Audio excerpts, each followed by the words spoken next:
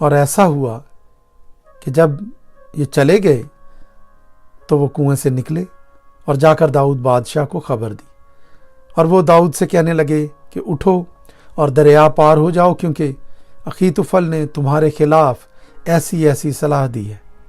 تب داؤد اور سب لوگ جو اس کے ساتھ تھے اٹھے اور یردن کے پار گئے، اور صبح کی روشنی تک ان میں سے ایک بھی ایسا نہ تھا جو یردن کے پار نہ ہو گیا ہو۔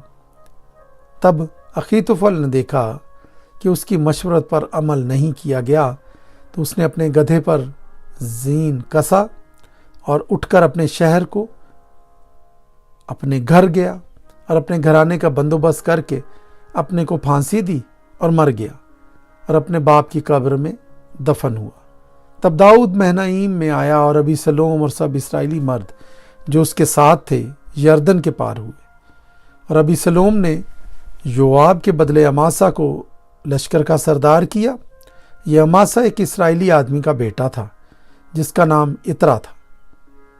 اس نے ناحس کی بیٹی ابیجیل سے، جو یوآب کی ماں زرویا کی بہن تھی، صحبت کی تھی، اور اسرائیلی اور ابیسلوم جلاد کے ملک میں خیمہ زن ہوئے۔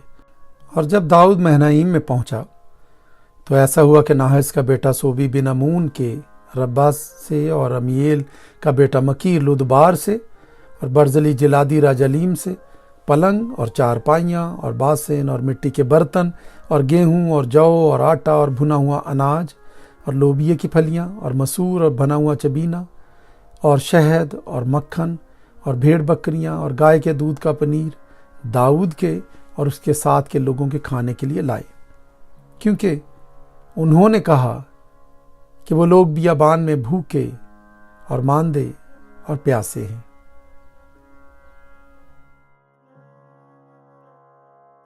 دوسرا سموئیل 18واں باب۔ اور داؤد نے ان لوگوں کو جو اس کے ساتھ تھے گنا، اور ہزاروں کے اور سینکڑوں کے سردار مقرر کیے، اور داؤد نے لوگوں کی 1/3 یوآب کے ماتحت اور 1/3 یوآب کے بھائی ابیشے بن زرویا کے ماتحت اور 1/3 جاتی اتی کے ماتحت کر کے ان کو روانہ کیا۔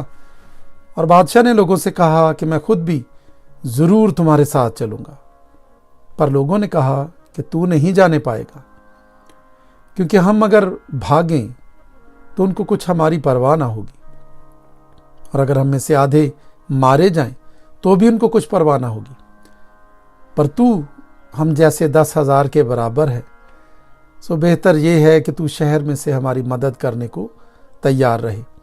بادشاہ نے ان سے کہا جو تم کو بہتر معلوم ہوتا ہے میں وہی کروں گا۔ سو بادشاہ شہر کے پھاٹک کی ایک طرف کھڑا رہا، اور سب لوگ 100 اور 1000 کر کے نکلنے لگے۔ اور بادشاہ نے یوآب اور ابیشے اور ایتی کو فرمایا کہ میری خاطر اس جوان ابیسلوم کے ساتھ نرمی سے پیش آنا۔ جب بادشاہ نے سب سرداروں کو ابیسلوم کے حق میں تاکید کی تو سب لوگوں نے سنا۔ سو وہ لوگ نکل کر میدان میں اسرائیل کے مقابلے کو گئے، اور لڑائی افرائیم کے بن میں ہوئی، اور وہاں اسرائیل کے لوگوں نے داؤد کے خادموں سے شکست کھائی، اور اس دن ایسی بڑی خون ریزی ہوئی کہ 20,000 آدمی کھیت آئے، اس لیے کہ اس دن ساری مملکت میں جنگ تھی، اور لوگ اتنے تلوار کا لقمہ نہیں بنے جتنے اس بن کا شکار ہوئے۔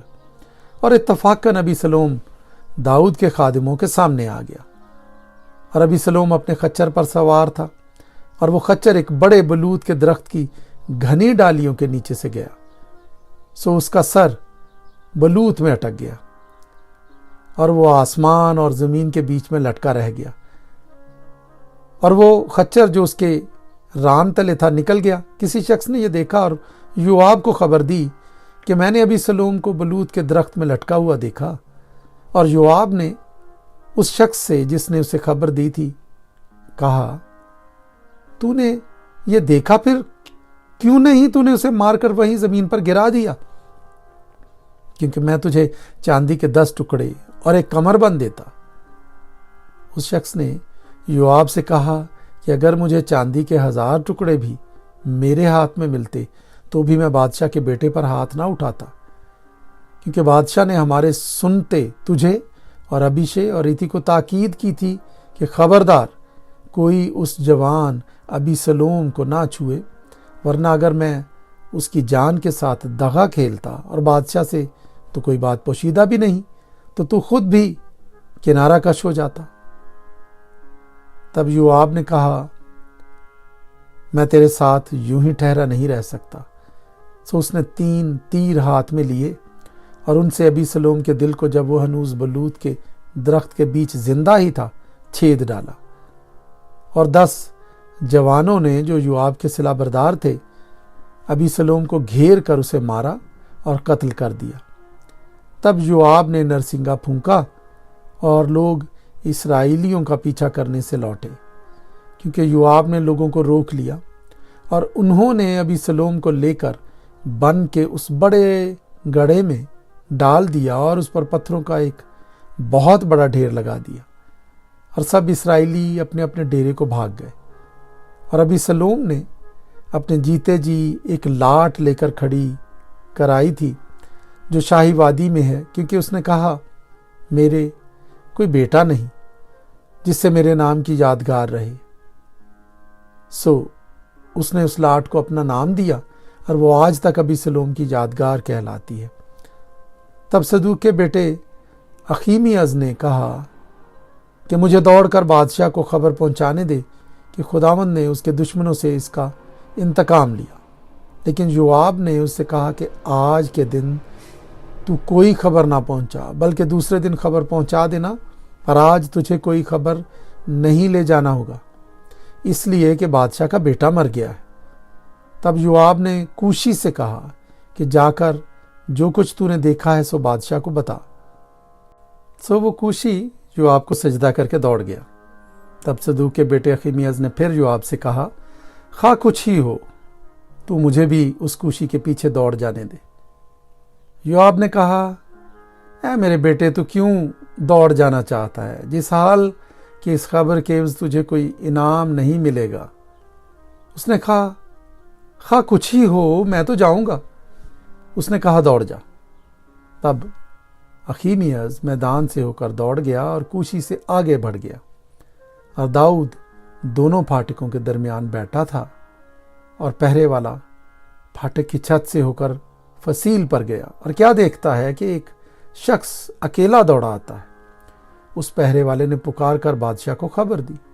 بادشاہ نے فرمایا، اگر وہ اکیلا ہے تو منہ زبانی خبر لاتا ہوگا، اور وہ تیز آیا اور نزدیک پہنچا، اور پہرے والے نے ایک اور آدمی کو دیکھا کہ دوڑا آتا ہے۔ تب اس پہرے والے نے دربان کو پکار کر کہا کہ دیکھ، ایک شخص اور اکیلا دوڑا آتا ہے۔ بادشاہ نے کہا، وہ بھی خبر لاتا ہوگا، اور پہرے والے نے کہا کہ مجھے اگلے کا دوڑنا صدوق کے بیٹے اخیمیاز کے دوڑنے کی طرح معلوم دیتا ہے۔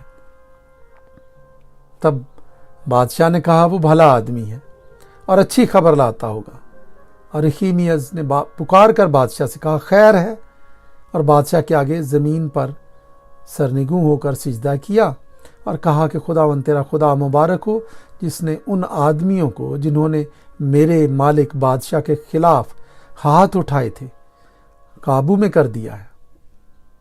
بادشاہ نے پوچھا، کیا وہ جوان ابی سلوم سلامت ہے؟ اخیمیاز نے کہا کہ جب یوآب نے بادشاہ کے خادم کو، یعنی مجھ کو جو تیرا خادم ہو، روانہ کیا تو میں نے ایک بڑی ہلچل تو دیکھی، پر میں نہیں جانتا کہ وہ کیا تھی۔ تب بادشاہ نے کہا، ایک طرف ہو جا اور یہیں کھڑا رہ۔ سو وہ ایک طرف ہو کر چپ چاپ کھڑا ہو گیا۔